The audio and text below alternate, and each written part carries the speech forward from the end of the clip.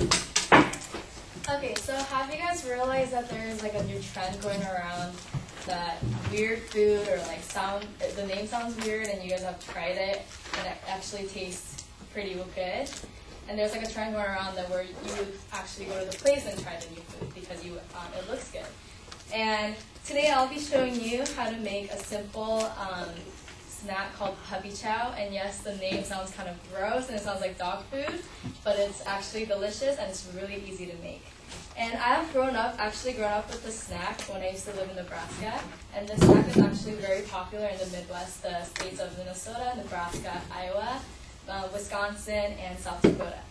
And these are actually called, the puppy chow is like the most common name, but they can also be called Chex Buddy Buddies, Monkey Munch, Pretty Princess Mix, and People Chow. And the ingredients are powdered sugar, Chex Mix, chocolate chips, butter, and peanut butter, and you need a bowl, a mixing spoon, and the measuring cups. So first what you're going to do is grab it's 1/2, I'm going to make a smaller portion of it for just the class, but 1/2 scoop of peanut butter, fill it up to the top evenly, and then put it into your mixing bowl. And then you're going to cut about 1/4 of butter, and then you're going to put that in the mixing bowl also. And then grab about 1 cup of chocolate chips. And kind of even it out. Chocolate chips don't really matter if you like have to even it out or not. It's really up to you how much chocolate you want in there. And you pour that in your mixing bowl. And then you're going to put this in the microwave oven for about 1 minute. And halfway through, you're going to put it in there. It's going to kind of melt. And about at 30 seconds, you want to take it out and kind of stir it around. And then you're going to put it back into the microwave and then put it for another 30 seconds. And after, it's going to come out to be looking about like this. I know it looks gross. But then once it's hot, you want to kind of mix it around so it gets evened out. It's all mixed. Whatnot. Make sure the butter is kind of mixed in there because the butter is going to be layered on top, like really watery. So you want to make sure that's all mixed up. And then you're going to take about 6 cups. It'll say the original recipe says 6 cups, but it really depends on how much Chex Mix you want. That's the core part of the snack. So you're gonna, and I have 2 cups here just for the class size. And you're gonna put it into the big mixing bowl. So it's like that. You want some room to have it so you can mix it around. And then you're going to take the peanut butter, and the chocolate mix and pour it into the mixing bowl.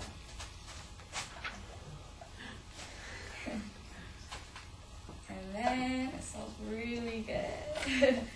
Okay, so it's going to look like this. And this is actually a lot for this size, the 2 cups of Chex Mix, because you're supposed to have a lot more. But I like mine really chocolatey and peanut buttery, so that's why I put a lot in there. And then we're going to mix it around. And make sure it's all evened out and coated because after you're going to powder it with the powdered sugar. So you want to make sure that all the Chex Mix have the chocolate and the peanut butter and the butter on them. So we're going to mix this around evenly.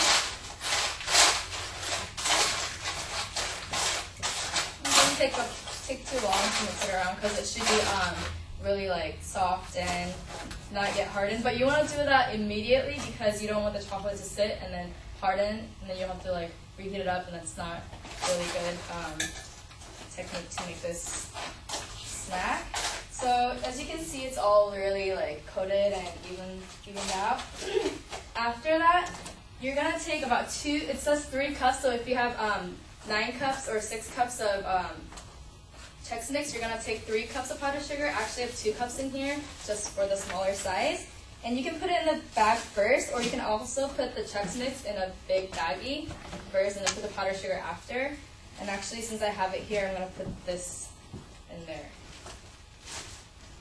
So, make sure it's not really... I'll show you guys on this side.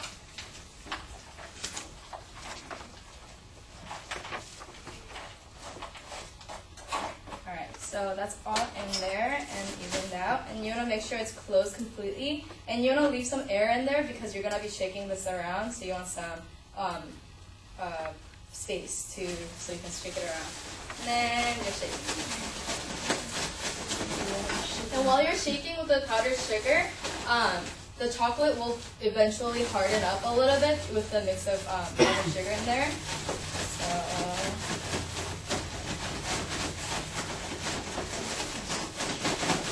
and that should do it.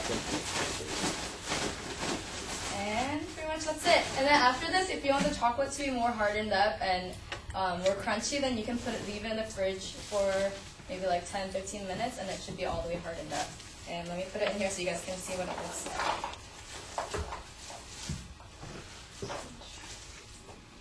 Alright, so it's kind of a lot of powdered sugar for this size, but that's what it's going to look like. And you can also mix in any type of candy like M&Ms, any other trail mix, and you can just mix it up before you put the chocolate and the peanut butter in there. So as you can see, there's only a few items, and this overall cost me only about like maybe $5 to $6, and you can make a whole bunch of it. This is just a smaller size, and I still have like 3, 4, 5 left of Chex Mix at home, and you can mix all of these together and make a whole box of Chex Mix Puppy Chow snack together. And so the name sounds kind of gross. I know it's called Puppy Chow, but you know, you don't want to judge it by the name, and you want to kind of give it a chance for those other snacks out there that have those weird names, because it might taste and smell really good, like Puppy Chow. Thank you.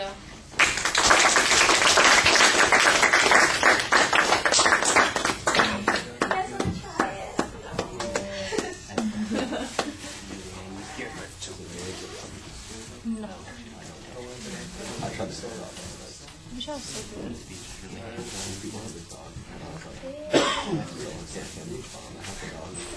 We could look so many times. I walked towards it. How many times have we? Your car goes so fast. My car keys are not in that ring. Well, how many times? Did you just jack it? How many times have we asked him to have the dog last night? The dog. Thank you. I do appreciate that. We offered to leave dogs from How many great points do you appreciate that? You never know. You're a good guy. You know, you get all the extra credit on You that. get brownie points. You're going to start next year. All right, Skyler, I like the speech for the most part. The rhetorical question is okay at the beginning. I think you could have something a little bit more interesting to start with, but your goal's clearly stated. The preview is fine. It's basically just a process speech, so you're going to describe what the process is.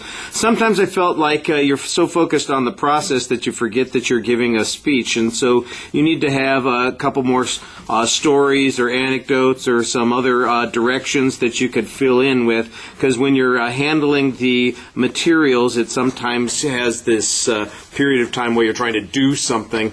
Like when you're shaking the whole thing with the powdered sugar and everything, you know, have a joke, tell a story, you know, remind us of a time that you made this for somebody else, something funny happened, or for instance, talk about the time when you were shaking it like this and the bag popped open and you were covered with powdered sugar. I mean, something that makes it a little bit more than we're just standing there watching you do this kind of thing.